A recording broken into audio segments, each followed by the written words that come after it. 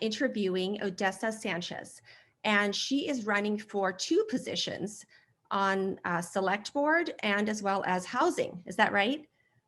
That's right. I'm a candidate for the second time for select board as well as Wellesley Housing Authority's commissioner.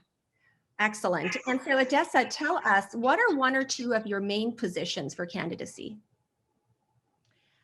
First, for select board, one of my major motivations to run is to have a different voice, one that maybe the town has not been used to. And also, I want to build a bridge between our communities that are disenfranchised and who have often felt like they were left out of the necessary conversations here. And please elaborate on that. Who do you feel are the communities in Wellesley that feel this way, that they're disenfranchised?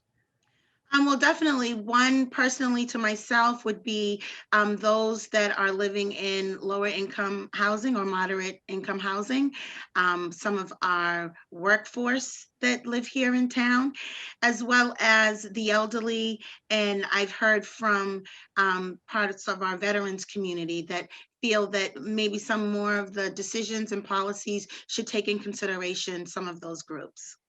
So, so that you would advocate for better housing for them. And then do you have other strategies that you'd like to do, like what you plan to do for them and what their immediate needs are? Well, I feel like some of our communities that are most in need, their first priority would be to handle how the COVID pandemic has affected them. And so I believe that services that were almost impossible to acquire because of the shutdown, and then just because so many of our people here that are in need, well, they weren't able to communicate with family members who often were the ones who were assisting them with things. And then also there was agencies and offices that were closed. And so it became, if you weren't able to access some of those services remotely, or if you didn't have somebody that was already in your household that could provide you those services, you were almost left isolated and then confused. And then if you're already a person that has a situation where you would have those type of problems, that just magnifies those issues. So I definitely think that we need to make sure that all of our citizens that have been affected by the pandemic receive the services they need, and they're able to reach out and let us identify the help that they need. And this would be something that is like a top priority for you for both if you get elected to the housing board as well as the select board. That would be like a priority of what you would do first. Well, I think taking on running for two separate positions would seem like an undaunting task, but I feel multiple overlapping on both jobs. And because I do live here on Barton Road, which is part of Wellesley Housing, and I've been here for 12 years, and I've already been quite involved with a lot of services here for my neighbors and my community, I feel that my role on one of the seats of the select board would just to continue that work that I've done and be able to collaborate with more agencies that would help a broader band of my community. Awesome. And then what are some of your strategies for getting these things accomplished? Like, would you transfer funds from like one department and then move it over for resource allocation to help the projects or to commit to the items that you have just mentioned? How would you manage that? Well, I feel that we also have to be very careful when we're talking about funding. I think that our town in general needs to be more fiscally sound and make sure that we are very careful and make decisions wisely when it comes to financing. Myself, I started up the team here at the high school. And at the time in 2015, it had disbanded. So I have the ability to pull together resources, find funding where it is necessary, but I'm also very frugal in spending. So I think that I wouldn't think first on the dollar. I would think about how we can make some changes without overspending. And I have a talent also for collaborating with different departments. And I think that's where I would start. I would start with sitting down, speaking to multiple departments that do coincide with each other, and then find where we can find partnerships within those agencies, and I can help bring them together. Right. And so I know you're a very busy person because you are running for both of these two different elections, two different seats in two different areas. So what are some of the things you do for hobbies? What are some of the fun things that you like to do? Oh, well, yes, I have quite a few tasks that I try to take care of that are fun instead of work related.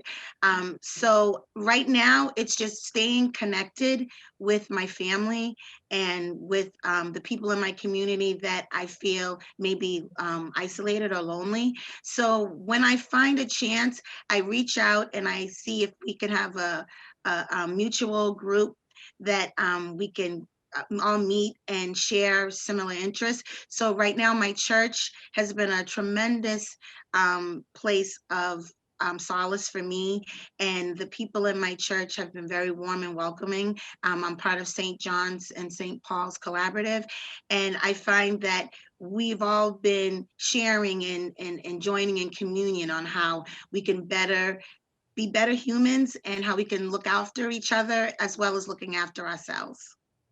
Excellent. And what are tell us a story about one of your favorite childhood memories. I think you had mentioned that you grew up in Newton. Is that right? So Yes, I did. and then you live here in Wellesley. So share one of your favorite childhood memories with us. Well, growing up in Newton, I was raised by a single mom. And one of my favorite opportunities was when she could spend a lot of time with me and my siblings, because since she was a single mom and we were living in low income housing in Newton, she had to work a lot. So between her two jobs, she found a way to still have time to be my campfire leader.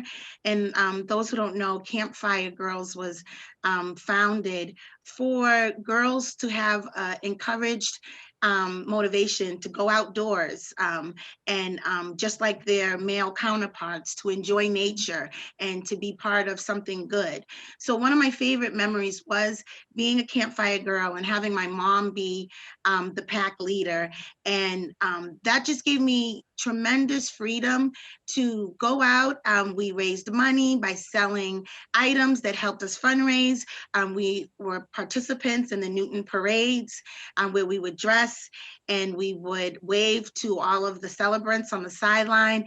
And I just had a great sense of community that has stayed with me throughout my life. And that's why it's a great memory when you can have a memory that folds back, because you can watch your children doing the same thing. And when I saw my two daughters who graduated from Wellesley High march in the celebrations, Veterans Day parades here in town, those years is just wonderful, because that's just a memory that is like deja vu, because I enjoyed that as a child and I got to see that manifested in my own children.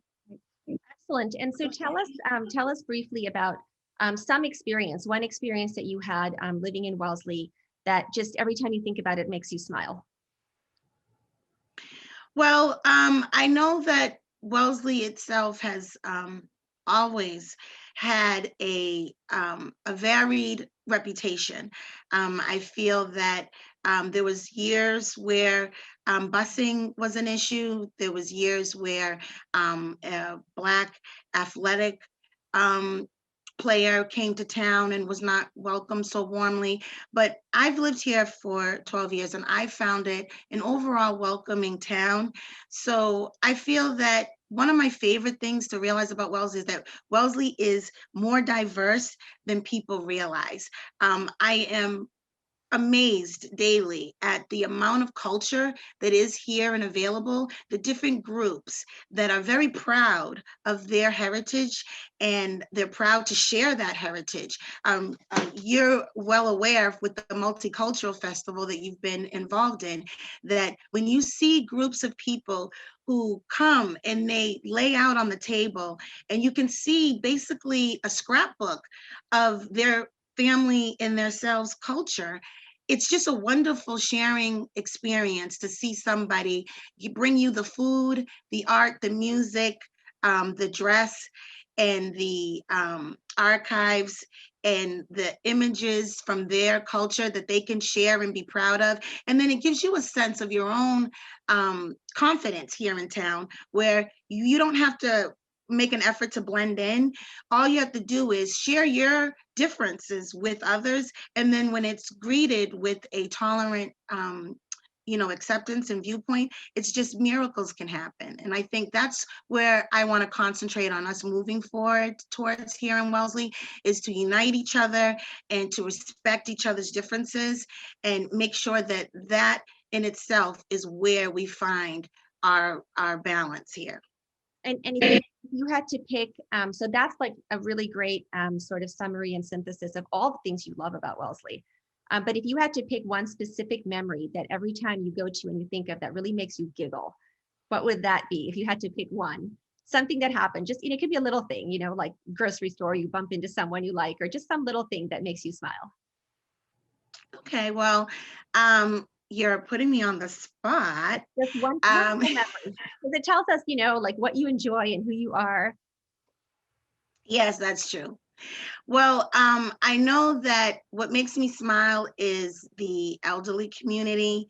They are just so sweet. And I know that I've had some prayer sessions at Seton Hall and across from Mass Bay. And I've gone to visit their masses. And the women there are just so dedicated to their faith. And I found that that makes me smile when I see that they're dedicated to Fridays meeting for Mass. And no matter if they're coming in with their walkers or if they are walking in proudly with their resident mates, I know that there's a story behind there. They had a whole life that's so rich with history. And I just want to sit down and talk with them and hear about what their life was like and things that they are proud of and what they've accomplished. And the fact that they joined together in faith, and that's still so important to them, no matter how old they are, it's just ageless. That makes me smile, because I think that when a community can protect some of their richly treasured citizens, and they can feel welcome to believe in what they want to believe and share their faith the way that they want to. I just think that that's always going to make me smile, and it would make anybody smile to see that. Excellent. And this is a really, really tough question. Are you ready? Okay. Yeah. Yes. And what is your favorite color? Wow. My favorite color is pink. Obviously I use that for I use that for my campaign signs, because I just feel that pink represents a softness and a femininity that I feel is very empowering. It's not passive, it's not weak. And I believe in women's empowerment, and I believe in when you are strong enough to not be afraid if you are the loudest voice in the room, but you still are walking in your softness.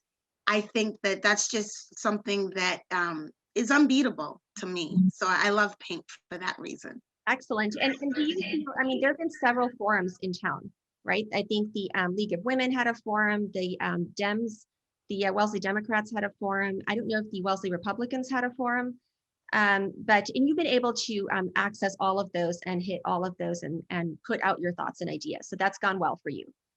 It has, and I found that this type of election has been, it's been at like you said, a busy time, and I believe that there's more groups that wanted to meet with more of the candidates, but there just wasn't time that was allowed. But I did make an effort to reach out to different groups. One in particular was the Wellesley College CPLA. They're the Committee for Legislature and Political Awareness. And I asked them to meet with the candidates. And so on February 18th, they had a forum, which myself and another candidate was able to attend. And that will be on their website at wellesleycpla.com. And so I think that if people want to hear more about what I stand for and what my values are, and if they want to hear that firsthand, they need not look just for the forums that have been most popular. They can follow me on my Facebook and my Instagram and my website, www.electodessasanchez.com. And I will have links to different conversations where sometimes I'll have a Zoom with 4 people that are experts in their area that will speak to the people here in Wellesley about some issues that they're concerned with, because I feel like you can find information in multiple venues. You don't have to just follow the popular links. You can actually do some research and look for those answers, because I'm an open book and I'm willing to speak with anybody. And you also have a statement that's been up on the Wellesley media site. I think they had a platform for all the candidates to read a statement. And so you have a statement that you read on there as well. So Yes, I do. Different places that people can go to hear your platform. Yes, and I do really want to stress that there's a lot of venues for people to hear about what the candidates say, but we can't always just solely rely on the information that's given. Since I am so accessible, I would just say if anybody has any questions or the concern, that they should just reach out to me. Go to Odessa Sanchez for Select Board on Facebook, or reach out to me through my email, because I respond to all valid requests for information. So they can always ask me personally. And what's the best way to reach you? Is it your website, or is it phone or email? What's the best way if people want to call and ask you questions? What's the best way to reach you? I think the best way would be my email. It's it's Odessa at electodessasanchez.com. And I also have the, I think Facebook is really easy for everybody, which is Odessa Sanchez at Select, for Select Board. So I know that I will be posting our chat here, and I'll also include some of that. So I want to make sure people can get in touch with me, because I really want my truth and what I have to say to come directly from me. And I want anyone to not assume they know what I'm thinking or how I feel about an issue, but to actually ask me. Right. And you like the one-on-one conversation.